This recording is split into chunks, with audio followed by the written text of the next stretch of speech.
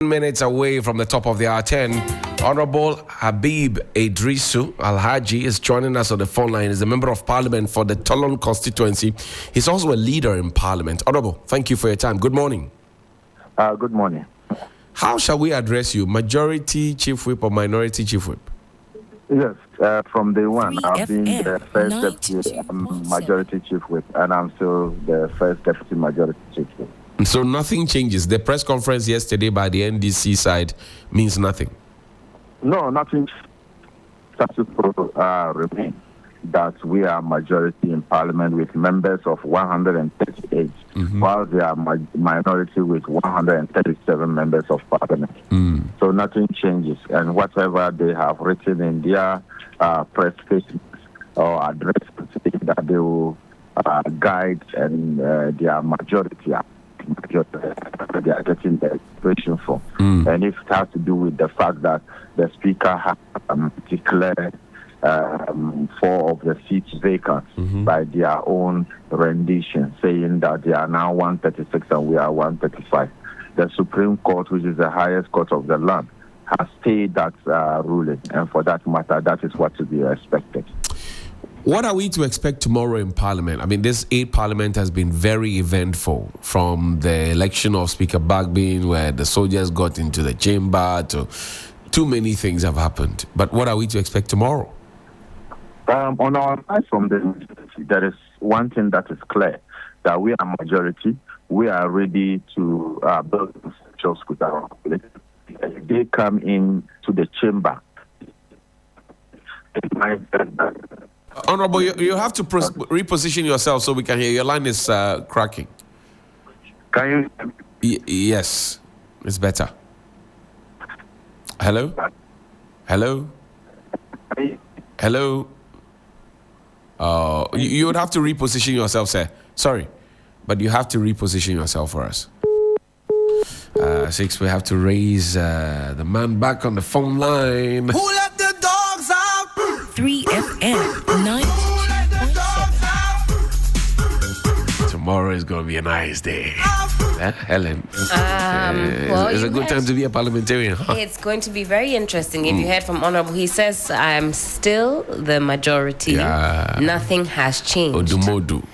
So, and of course, we heard from the, I don't even know how to address the NDC, the minority-majority side. At this point, I just... That's why I asked him, how shall I address you, sir? Yes. And as media personnel, we're treading on eggshells with these titles. We are very careful. Okay. Honorable is back on the line. Thank you for joining us again. Thank you so much. And you were explaining a point to me. Yes, I was saying that tomorrow, Tuesday, when we reconvene, we are very positive that our colleagues will let us build consensus, and we are very aware the fact that we are majority. And then if based on the press conference they did yesterday, to the effect that they are majority, the speaker ruling and other things, if they want to disrespect the Supreme Court decision, they should be rest assured that we'll also disrespect the speaker's ruling, and that means that the status quo will remain. If you will respect the highest decision court of the land, don't expect us to also respect the ruling of the speaker, of which the speaker have no mandate to do what he did. Procedurally, he was wrong. And then even to look at exactly what is happening in the chamber, he was wrong. In the first place, people just look at the law saying this and that.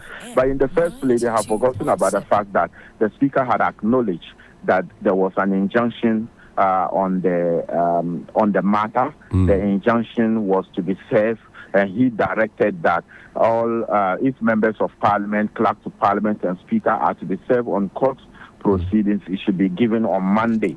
But he has also directed that if they want to give any court document or any message from court, it should go to the director of legal. As much as members of parliament have immunity under the constitution, that when you are on your way to parliament or coming from parliament, including the speaker and the clerk, the director of legal doesn't have that immunity under the Constitution. So if the documents were served under to the clerk, to the lawyers of Parliament, it means that yes, it was duly served. He acknowledged it when he was giving his ruling, saying that he's aware the majority leader had filed a proceedings, but the issue was thrown at the director of legal office table. Right. Legally, the lawyers will tell you that throwing service to a client is allowed under the law. So he had knowledge about the injunction, yet he still go ahead. But in a hallowed place like Parliament, is that permissible?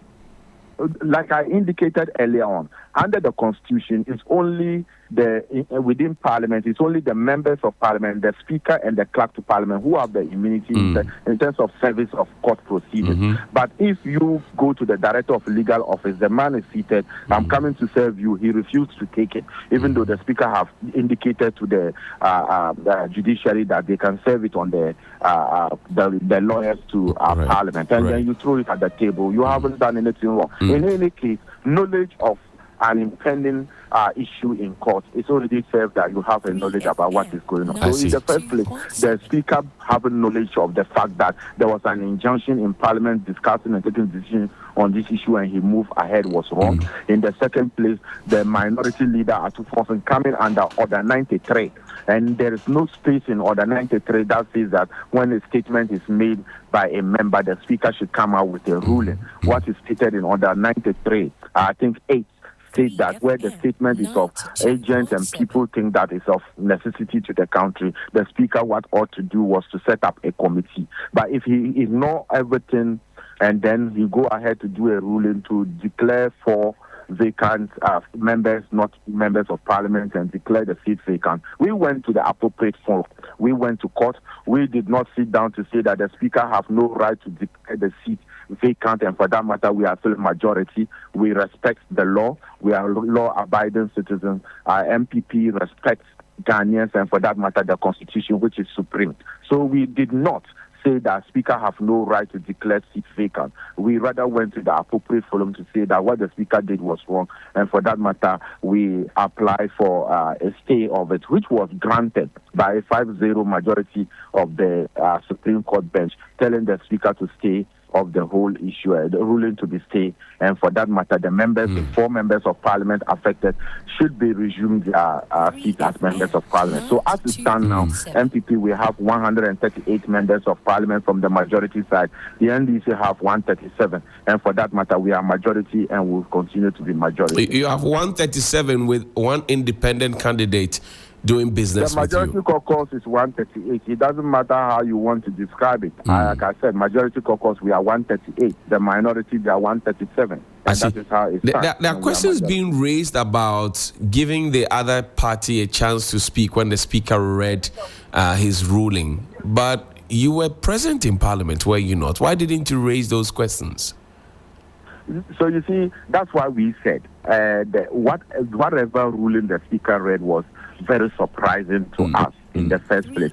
Surprising in the sense that the rule under which Dr. Atuforsen came did not give room for the Speaker to come and do any ruling. And when I was in court on that Friday, and the justices asked the question whether the members were heard. The members were not heard. In fact, it is a fundamental in the laws of natural justice for the member to be heard or an individual to be heard even before you are crucified. So they were not heard. It was part of it. And even when they are relating this issue, when I listen to our colleagues from the minority, the fact that Professor Michael Quay also did say. In Professor Michael Quay's situation, I am of the view that he was wrong, but even though he was wrong, the procedure was different because there was a petition from the New Patriotic Party to the Speaker of Parliament telling him that this, our member, is not more a member of our party. And for that matter, we are bringing your attention to it. Speaker Michael Quay then writes a letter adding a copy of the letter that came from the New Patriotic Party to give it to the affected member for him to respond before he came to do what he did. In Speaker Babin's case, there was no petition, number one. Number two, the member was not heard. Number three, the standing orders that was referred to had no room for the Speaker to come and give any ruling or whatsoever with regards to what he did. I see. Now, in closing, I want to ask you this. Tomorrow, will the soldiers be in Parliament? Parliament, we don't have soldiers being part of Parliament, and they won't be in Parliament. The most important thing is that we are coming to do our normal business as representatives from our various constituencies. And like I said, there is a decision from the Supreme Court to stay whatever the Speaker have done, and that is what is going to be done. We will sit in the majority side, the NDC will sit in the minority side. But in an attempt, they said they will respect the decision of the Supreme Court. I can tell you 100% that we will not also respect the decision of the Speaker. I know that the last time you had this back and forth, somebody's wife sat on somebody's husband's lap. Are we going to see a return of that saga and drama? I don't think I want to be invited to this conversation. The most important thing But is you were there, you witnessed it, Habib. I cannot speak to this, my brother, because I elect not to comment on this matter, but only to say that tomorrow we are law-abiding members of Parliament. That's why we did the right thing at the first place when the Speaker said he has declared those seats vacant. We could disagree with him. We could also behave the way the NDC are behaving and say he has no right to do that, but we still respected it. And we went to the appropriate forum to make sure that the right thing is being done. So we are law-abiding citizens, and we'll make sure that tomorrow we'll take our rightful space. If we continue with this president, one day Habib will wake up and say, I'm a member of the PNC, but while this parliament is not expired yet, I will go and file my nomination form to be a candidate of the PNC, but I'll still be majority deputy chief whip of the NPP in parliament. Are we not getting there? No, we are not getting there. You see, as much as we agree to the fact that the provisions in Article 97(1)(g still make it clear, I think G and H, where you belong to a political party and you seek to remain in Parliament, even to remain is mentioned in the Constitution under Article 97(1)(g. And then H also talking about an independent member of Parliament joining a political party. So our contention here is that, look, what it means is that if, for example, in Article 1128(6), it says that 3 months to election, there won't be any by-election. So within that period that we are talking about, those members have filed not to remain in this 8th parliament as independent candidates. They have rather filed to independent candidates in the 9th parliament. So for that matter, you cannot. In the case of Professor Wayo Seni in the 4th or 5th parliament, what happened was that he was NDC elected member of parliament. Then he said that he read his statement and said he doesn't want to belong into the NDC again. He wants to go and sit with the MPP. So he crossed the carpet and he went and assumed his seat. Then a by-election was conducted, I think, in 206 or 205. And then a new member was elected. But in this case, these people are not saying that. Maybe Cynthia Morrison is not saying that. I don't want to be MPP member of Parliament again. I want to be an independent candidate. And then move from she's seated to a But Habib, what does your party constitution say? There's a provision in your party constitution that says that the moment you decide that there's a candidate representing the elephant and you decide that you are going to stand or go independent or represent another party, you immediately forfeit your membership. If you forfeit your membership, then you no longer have the right to represent the people in parliament on the ticket of the MPP. Yes? But the same constitution of the New Patriots Party also says that it is the National Council or Congress, the highest decision-making body, who can also decide to relax some of the rules that are there. And I don't think the New Patriotic Party constitution is supreme to that of the national constitution. So what we are arguing here is that the New Patriotic Party, if we have triggered the fact that this person is no more a member and write officially to the Speaker of Parliament, then they have something to act upon.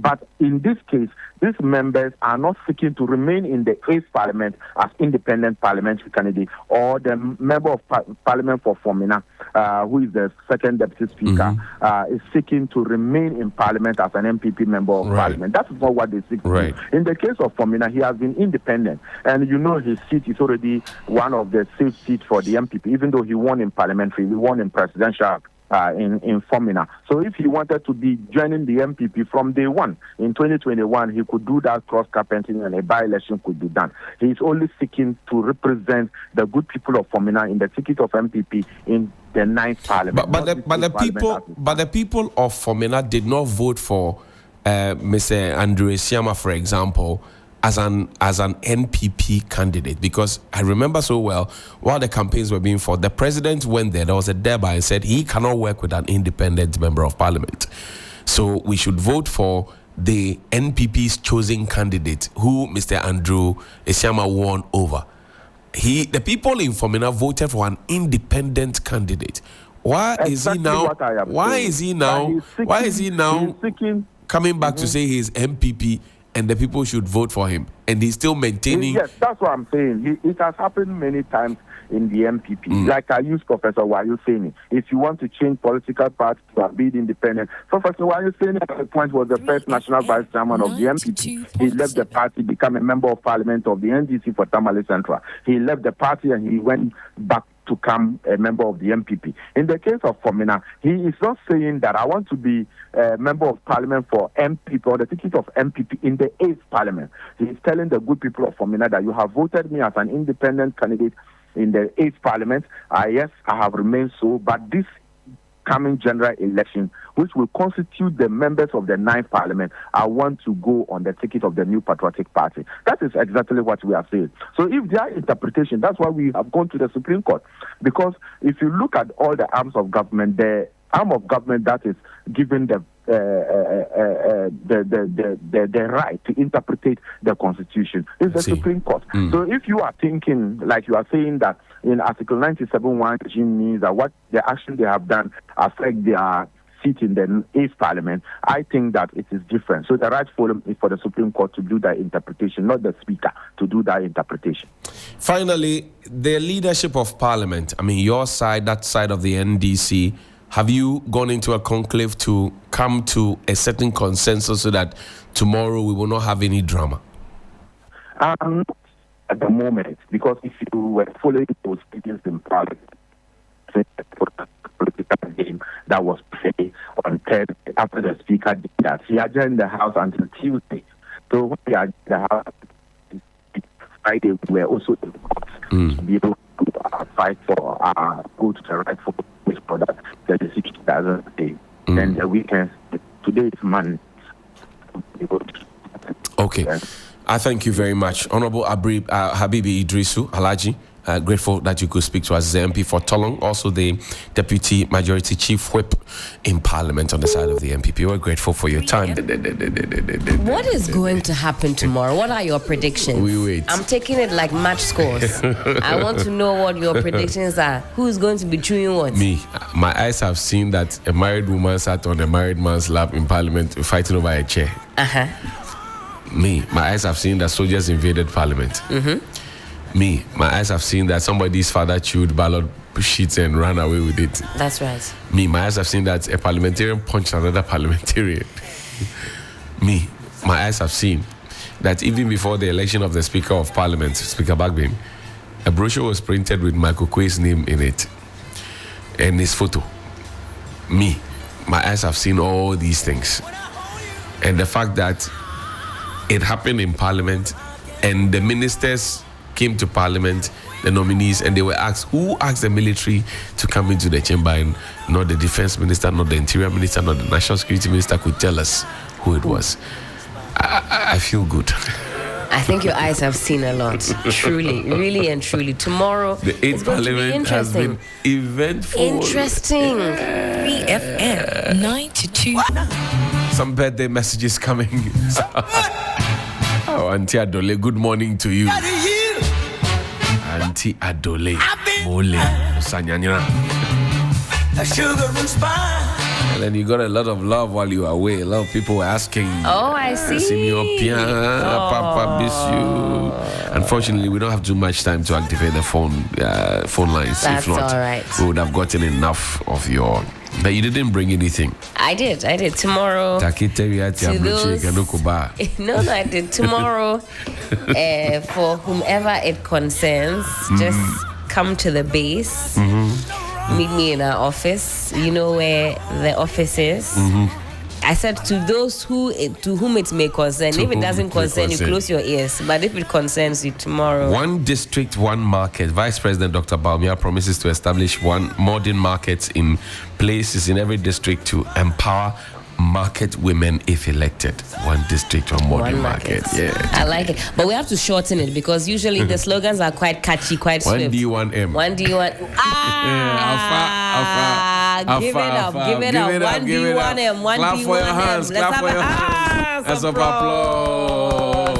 I love it. 1D, 1M. Yeah. 1D, 1F, 1D, 1M. Charlie. We have some E something that came up recently. Some of these E this, E that. So he's been very, very busy campaigning and also launching some. Chama, UNE. I should slow down. Issues. Oh my God. Let's do some birthday messages and we'll check out of the studio, shall we?